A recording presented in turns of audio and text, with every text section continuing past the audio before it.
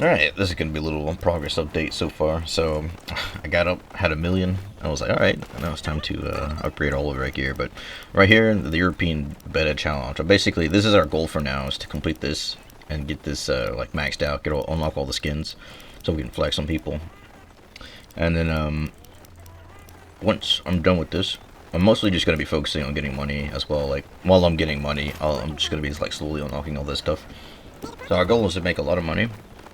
Because I believe like later today or tomorrow there's going to be people are going to start selling their mounts, so we definitely want to have enough money to be able to get us a horse or an ox, something, so that we can start either transporting stuff to Caerleon, or we just have a horse, which is a lot safer than the mule. So that's going to be fun. But also what I want to do is I also want to start either breeding animals on my island. So I need a bunch of silver so I can upgrade my island and unlock more slots and all that. And I'm probably going to do it on the in Martlock, since this stone is right there next to it. And the stone's going to be a lot cheaper, and I'll just have all my buildings relatively cheap, and I'll have everything I need there for it.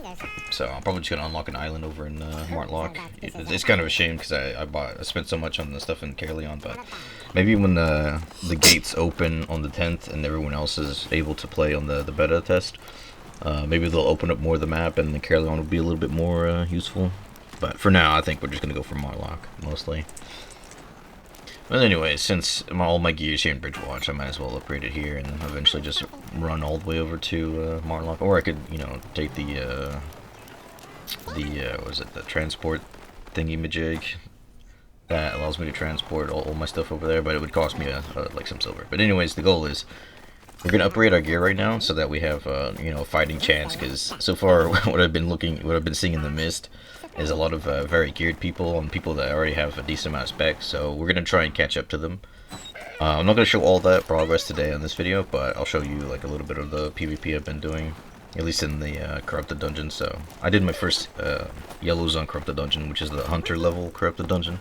So there's no risk and there's very little reward, but I just wanted to see if my gear, like my loadout, was actually able to fight stuff. And after that, I'm going to be working on just getting silver and getting a bunch of fame, getting as much of those two as possible. And we're just going to try and skyrocket. I think what I'm going to do with my island, actually, instead of breeding animals, is I might just go for making the crops and all that, because food is going to be very important here soon. I'm sure a lot of people have already been growing their crops on their island. But I just haven't had the silver in order to, start investing in all that just yet, so. Silver first, silver and fame first, and getting more fame obviously makes it easier to get silver. And then, yeah, once I get the silver for it, I'll start growing a bunch of crops on my island. And, eventually, I might just have it on all my islands, just start growing on all my islands. I won't have enough focus, obviously, to be able to,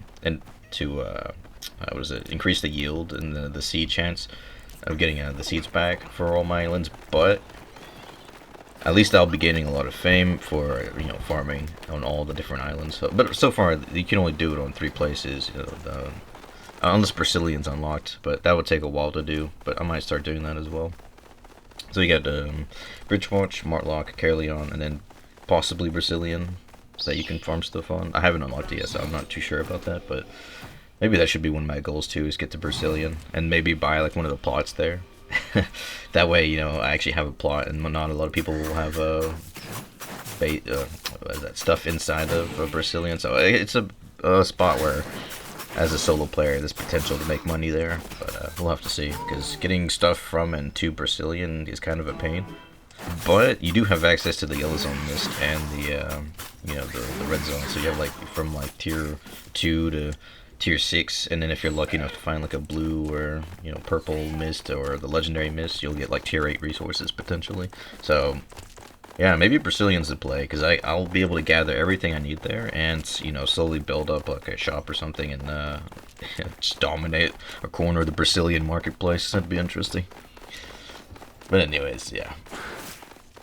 Here we're up to our usual shenanigans. My easy way of getting like might. This isn't the thing, is you can't get might from the yellow zone. I know I made a mistake like one of my guides. I made a mistake of saying you can't get any favor. Not really my guide. I think it was just on like a day 1. I said you couldn't get any favor, but that's only because you can't get it on the yellow zone. So I feel like it's kind of like a waste of your time doing yellow zone, but it's also like risk free. You don't lose your gear here. But anyways, yeah, it's the usual shenanigans where you try to bot people, you grab the list and run off with it. But this guy made the mistake that he didn't have like the best mobility in the world, so I was able to catch up to him, and I was just he wasn't fighting me all that much, and I was able to get free hits in without him hitting me back. Because normally a battle axe would win against a bloodletter if he would just straight up fight me, but here he's running away mostly, so I was able to like chase him down and really get him to the execution range.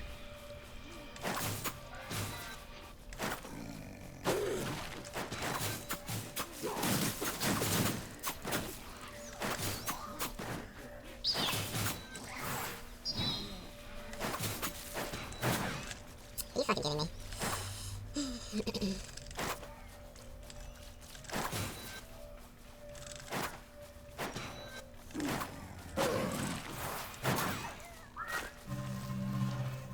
Worst part for that guy is he let me straight to the portal, so that was an easy turn in.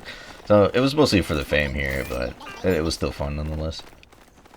And here, what we're doing is we're upgrading. We bought ourselves a cultist cowl, a Avalonian cape, and we switch over to the mercenary jacket instead of the assassin jacket. I'm still using the scholar shoes. I don't know if I should upgrade it or not, like change to like a better shoes with more stats.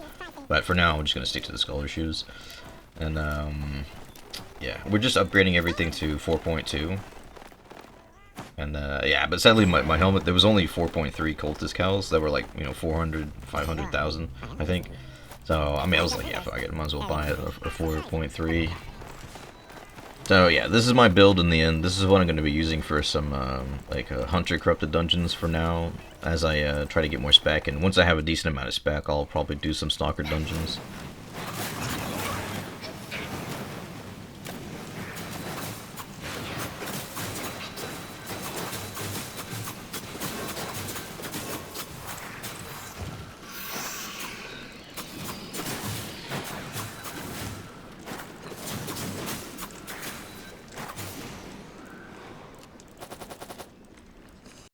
Yeah, pretty unlucky for that guy, because at the start of the fight, he missed both of his axes. I believe he did. He missed both of them. And but I also messed up because I parked my cape on that on the Hellhound or whatever it's called. So I didn't have my cape, my Avalonian cape, which reduces his damage and does a nice little burst damage at the start.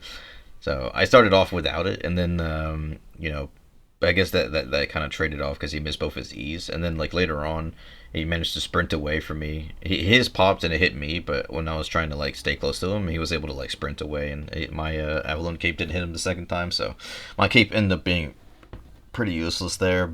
But we still got the win thanks to like that early start, and the fact that he went full ham with the cultist cowl effect on him. So for those who don't know what it does, basically it's every time he uses every time he uses an ability or auto attack, he takes damage, and it lasts for 4 seconds. So if this guy's just like full on using abilities and auto attacking, he's basically hurting himself, and the damage from the cultist helmet cannot be reflected. So there he went like retaliate at the same time, and it basically was just melting him down. And then, the rest was history. Like, we both had our mercenary jackets. We both got a little bit of health back from that. And I just had a lot more health during the first trade. It got a little bit dicey once he got an E again, and he hit both of them. But I still was able to clutch it out thanks to the advantage I got early on. But that's gonna be it for this video. I'm still just gonna keep grinding away, getting a bunch of silver, and if I get any interesting moments like stealing Wisp or like getting some nice PvP fights, then I'll try to save it and put it all together in the next video. So thanks for watching, guys, and I'll catch you in the next one.